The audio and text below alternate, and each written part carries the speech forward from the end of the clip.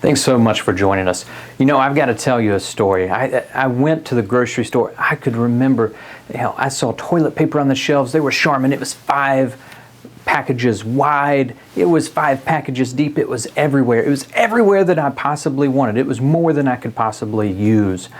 When I went down the aisle with the pasta, the spaghetti, there was rigatoni, there was rice-a-roni, there was everything there. It was there for me to be able to grab all that I wanted.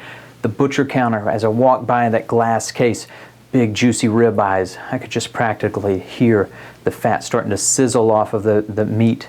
The problem was, none of that was going to wind up in my cart. This was during a time where we'd hit a cash crunch. We decided that we were going to be shutting down our business. The income that we had that was coming in every single month, that wasn't coming anymore. You see, we were at the grocery store just to get at the necessities, what very little bit that we knew was going to help get us by until we could figure things out. Right now, today, a lot of you guys during this crisis are feeling the same way. You're feeling uncertain. And you're starting to try to open up and see what are the things that I can take advantage of to go create cash flow during this crisis. It doesn't matter if it's right now as I record this during the coronavirus outbreak or something in the future. This is something that's going to allow you to take tools to be able to use into the future. When we were going through that, we were searching for the answer. We were trying to figure out how in the world are we going to make things work. We looked at a lot of different sources and we found some different things to help us out. I went and sat down with somebody that helped guide me through. They helped me try to figure out how do you pick up the pieces of what's going on and make things work. It's actually one of the things that led me to the industry that I'm in now, being able to help out as a financial advisor. See, I started out just helping to sell car insurance and help people out with that. And little by little, I learned more and more until eventually that I decided to go get my securities licenses to help out with investments, help out with more information to give families what they're craving. What really excited me was being able to do that and help people out so that they could see changes in their lives. So I want to bring this message to you today over the next 20 minutes to help you out with what might benefit you and your family. Action items that you can take, no matter if you're just getting started and you've got pennies sitting in your account, or you're an experienced investor that's looking to try to retire, but now you're wondering how do you make everything work with our world changing every single day. No matter what stage you're at, you're going to find benefit in what we have to share with you today.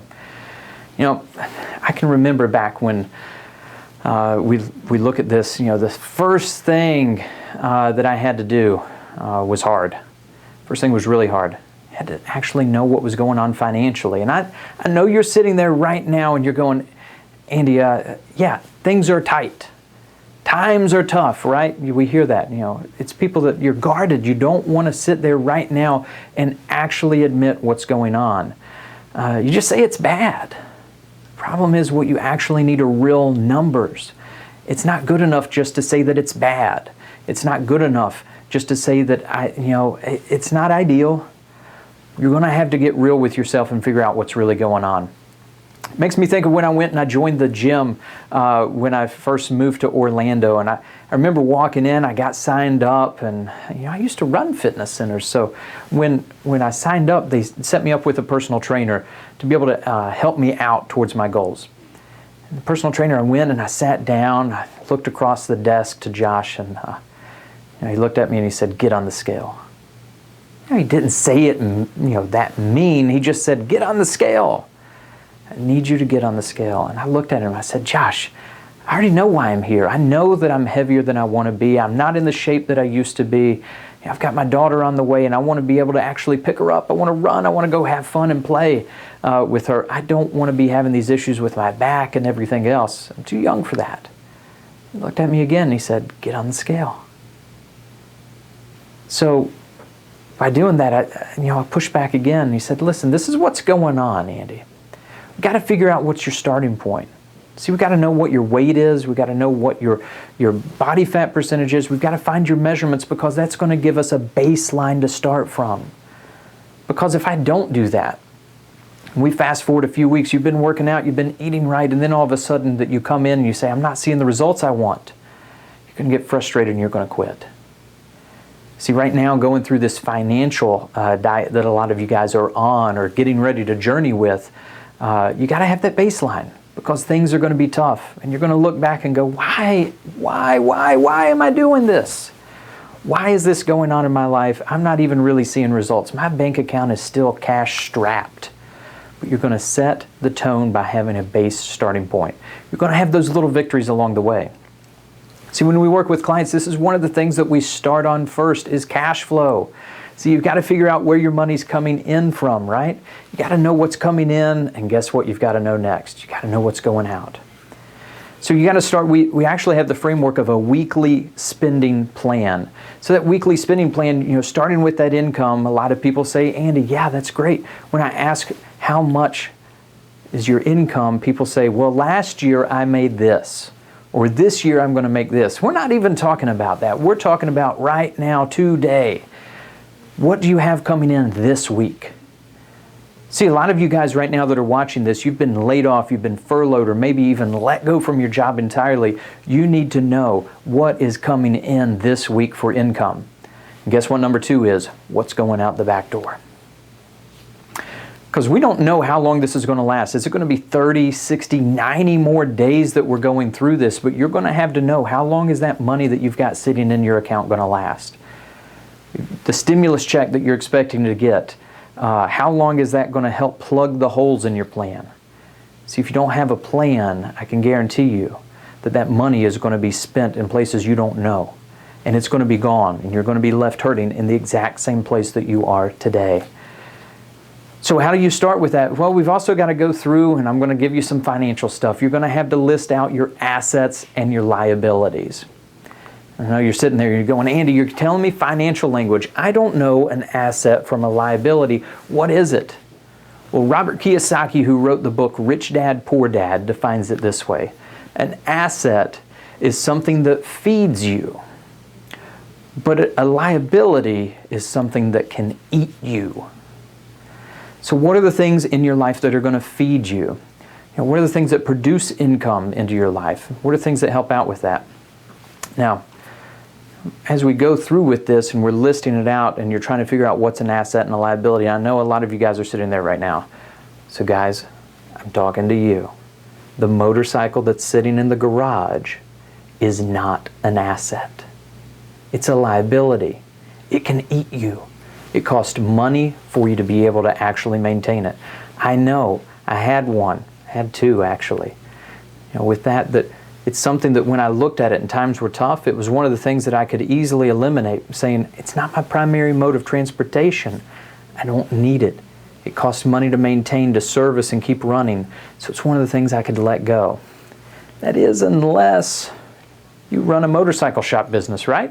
If that's your rolling business card, it makes sense. You can keep it. It's something that's going to help you out with producing income. But unless you run a motorcycle business, that's one of the things that you can let go of.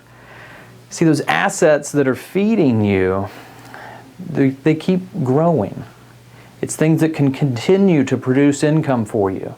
And over time, those assets reach a point where eventually they can feed you entirely on their own. You don't even need the paycheck from a job to continue. And that's going to be the day when we're sitting across the table and we're celebrating, having a coffee in our office, and we're able to say, wow, do you remember when? Remember when we just got started and we first listed everything out and how we felt versus now? It's night and day. Now, another thing that's special about right now at this time is there's probably a lot of business owners that are watching this, that are clients or maybe that own businesses and haven't met us yet. And you're looking at it going, where can I put my hands on money? And we've got a special video that you can look at in our resources to help you out, specifically what I'm talking about in the CARES Act. But what I'm looking at is I'm telling you, go out and look at ways that you can put your hands on money. Look at ways that you can use lines of credit and get educated on those. Now wait, don't run out to the bank right now and go get a loan and say, well, Andy and the Life Wealth Group, they told me that I needed to go take this loan out, so I'm doing it. Now, I don't know about your situation. I'm just telling you, go out, get educated, and see if there's options that are going to help you out right now. There's options that are out there. You can get a loan for 30 years at 3.65%. It's fantastic. So if you're getting a loan at 3.65% for 30 years, this is something that's going to help you spread it out to pay. Again, I don't know your particular situation, but that's something that can help. There's even provisions within this CARES Act that allow you to be able to get money as a loan, but have it totally forgiven if you use it to cover payroll. So, with you business owners out there, use your resources. Find places that you can get that money into your life. All of this is going to help you out with figuring out what's your runway. How long do you have before the money's going to run out? How long do we have that we can hold on? And when do we need to tighten the belt even more? How much can we cut? How long can I go without that paycheck? If you stay tuned till the end of this video, I'm going to share with you a resource to help you out with building that. Don't go out on your own and try to figure out, how do I do all of this? I've already done the work for you. This template's going to help you plug in and just be able to run with your life and see how long do you have with your own runway. It's tools that you can use from now into the future as well. So that covers number one. Number two, how do we stop the bleeding? Guys, if you gush open your hand right now and it's bleeding and there's blood dripping down your arm, you're not thinking about how your elbow feels, right? We've got to look at it and we've got to say, I've got to go ahead and triage this, get a tourniquet on it, because this is too much pain and there's too many things happening. We don't want you to run dry, right? See, I believe that information helps you lead to educated decisions. You're smart. You can take care of this. You just have to be informed of all the different options and tools that are out there to help you out. It reminds me of a story. I had a client that came in. So with Catherine, when she came in, she told me about a time when things were tough for her. She could vividly remember. She was driving down the road, and she could remember she just paid all the bills that month, and there was $7 left in her account. That $7 she knew was okay because, they had paid everything. They took care of all that they needed to with the necessities. She looked up into the rearview mirror and she said, "Kids, what do you want to eat for dinner?" In the back seat, her 3-year-old was super excited. He said, "I want McDonald's! I want McDonald's!" The older sister was 4 years older than him, so at that point in time, she would have been 9. She looked at him and she said, "Bobby, we could go and we could get those hamburgers. We could get fries. We could be totally full and happy tonight. Or we can go to the grocery store. We can get a loaf of bread, we can get a jar of peanut butter, we can even get a bag of apples, and we can be full for the week." It was in that moment she realized that her daughter was paying attention. She was seeing everything that was going on, and she was learning from this lesson. See, she had learned already at that age the difference between a need and a want. All of us kind of justify those things that are a want, right?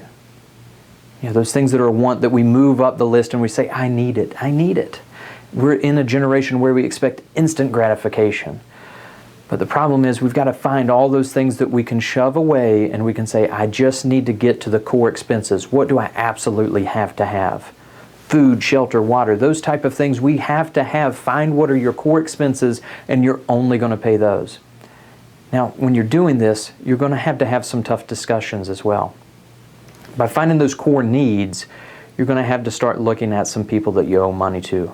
If you've got debt, if you've got creditors that are out there that you owe money to, you're going to have to start picking up the phone and making some phone calls.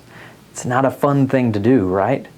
You're calling them just to see, is there anything that they can do? Can they work with you? You're going through this time, and can they do something as far as maybe delaying the payment or lessening the payment, maybe changing interest terms? Find ways that you can stop the leakage of money. What are ways that I can start plugging holes in my plan? Other thing that I'm going to get you to do is actually, I know you're bored at home right now, actually look at your statements. You're going to log in online, you're going to look at your credit card statements, you're going to look at your bank statements, and you're going to look for those things that are automatically coming every single month, whether you're using them or not. You might have Hulu, and you have Amazon Video, and you've got Netflix, and you've got all of these things, and it just adds up and adds up and adds up, and it's things, you might be subscribed to some of those, like they come beauty in a box, and it's just little stuff, and it's trinkets, right? It was fun for a time, but you just haven't got around to canceling it. You've got to find those recurring charges, because MarketWatch actually did a study 84% of Americans don't actually know all the subscriptions that they're even subscribed to. They've got stuff that's just charging them, and companies love it, right? When it's a small monthly fee, you forget about it, and they keep getting a monthly income. Average American spends $230 on these monthly subscriptions, and a lot of them they don't even use. Could you use $230 right now? Probably so. Trim the fat.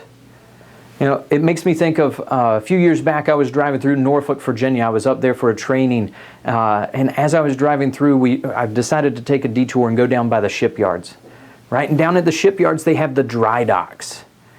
And you see these huge vessels that are coming in, these ships that are coming in from sea, and all of a sudden they pull them up and they get in dry dock and they drain all the water out. And when you look out at that and you're starting to see everything, they're kind of disgusting. They're covered in sludge and they're covered in, you know, all of this stuff that's on there. And you kind of look at it and you go, man, that's just nasty. So they go through and they start to strip them down. They start to strip the stuff off of the ship. They start to get it back to being lean and mean. See, when those ships first go out into the water, they're sleek. They're able to cut through the water. They glide with little effort. But over time, that sludge and those barnacles and everything just start building up. So we've got to take you into dry dock by doing this, right? We've got to start chipping away at everything that's causing you to not be efficient. So again, if you stay till the end of the message, there's going to be a link that you can actually use. It's for 25 minutes just to have a conversation with us. There's nothing that we're selling, nothing you can buy. We just want to make sure we're sharing resources and helping you out with the questions that you have. Maybe you're not really sure how to even pull up some of these things. We can guide you through that process. And again, remember, the special bonus that we've got is that actual weekly spending plan exercise that's in there.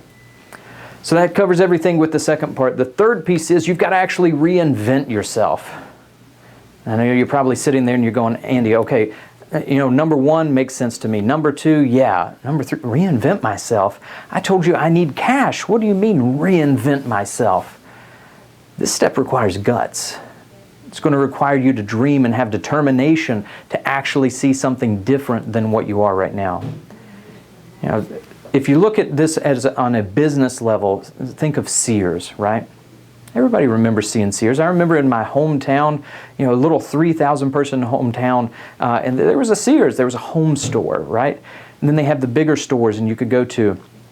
I could remember going and in Lynchburg, Virginia, where I lived, I walked in and there was a beauty salon in there. They had where you could go buy garden tractors and all the tools and accessories you needed. You could get things to work on your car. You could even get sheets to put on your bed, clothes, everything. They had everything under the sun. And I remember going one day to visit the customer service desk. Yeah, I remember going because I bought a vacuum from them. That vacuum didn't quite work how I thought it should work. So, of course, where do you go? You go to the customer service counter. I said, I'd like to return this. The person was very polite. They said, it's not our policy. We don't do that. It didn't quite sit right with me. And I started noticing that there were other people having similar conversations, that it's not our policy. See, they decided to die as a company because they couldn't reinvent themselves. They said, policy, bureaucracy, prevent me from doing that. Instead, right now, if you look around, those Sears stores, it's just the outline of a logo that used to be on the side of the building because they're closed. They didn't reinvent themselves. They didn't change. They didn't keep up with the times. They thought it was good enough. I look back at, in my personal life, and when my mother and father divorced, my mother basically reinvented herself. She went from having her identity tied up into being a wife and a mother to us, to all of a sudden now, she's the cool Mimi. For my kids, my sister's kids, that's Mimi. And she reinvigorated herself, going out and enjoying time with friends, going on trips that she'd always dreamed of but never doing. See, she had to figure out how to do life differently.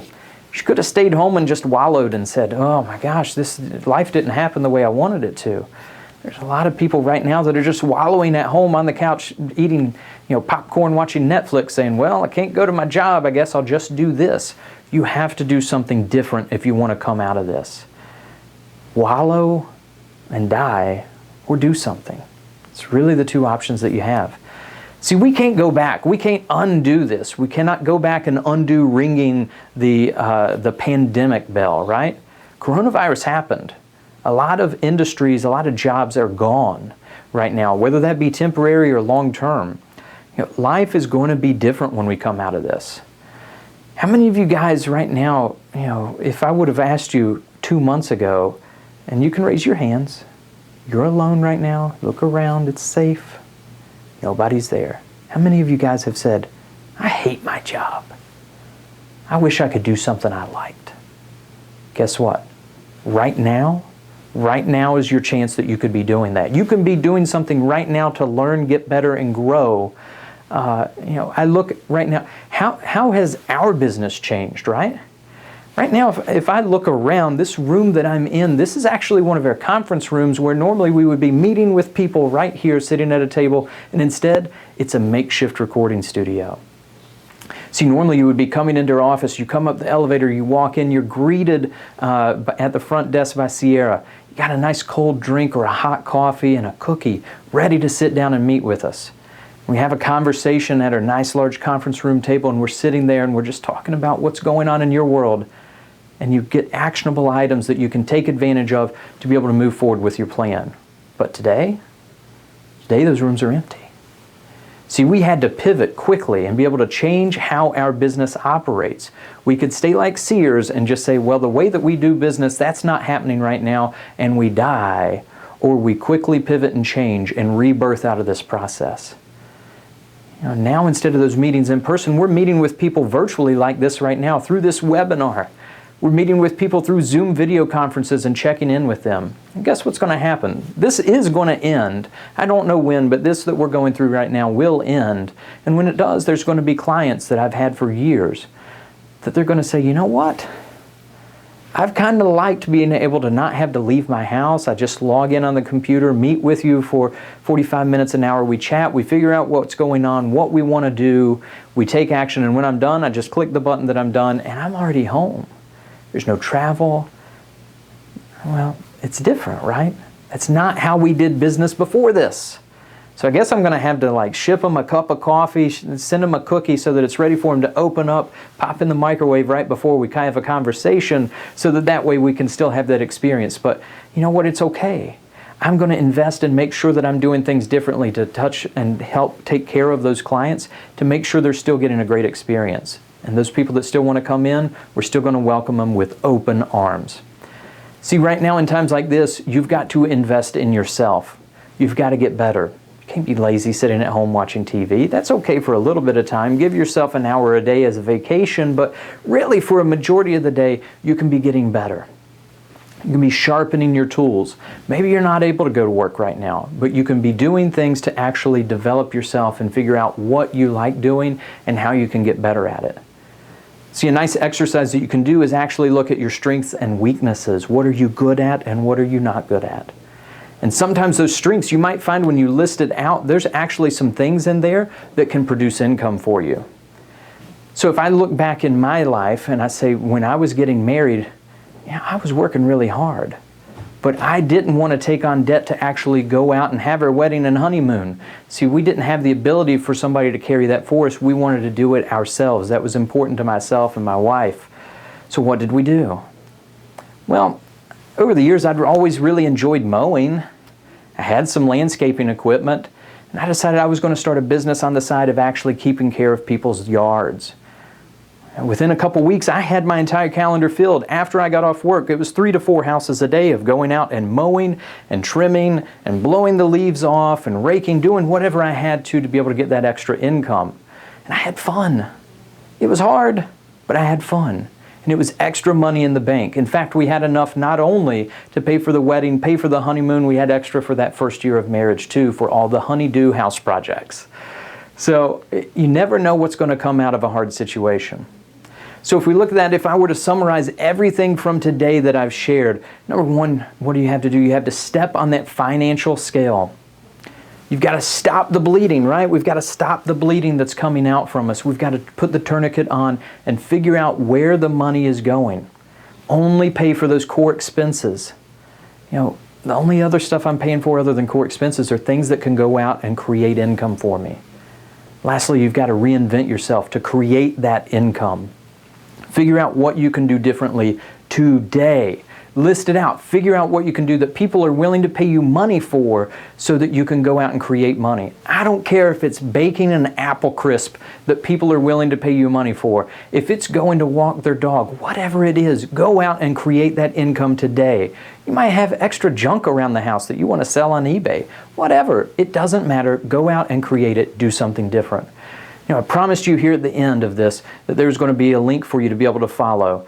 And this link, if you click, it'll take you to our scheduler, and you can just send a message and say that you want to schedule the 25-minute conversation with us so we can help with the questions you've got right now. Right now, during your time of crisis, your term of need, we're here to help you out. For doing that, we can also include for you that Getting Started Guide as a bonus for that month, the weekly spending plan.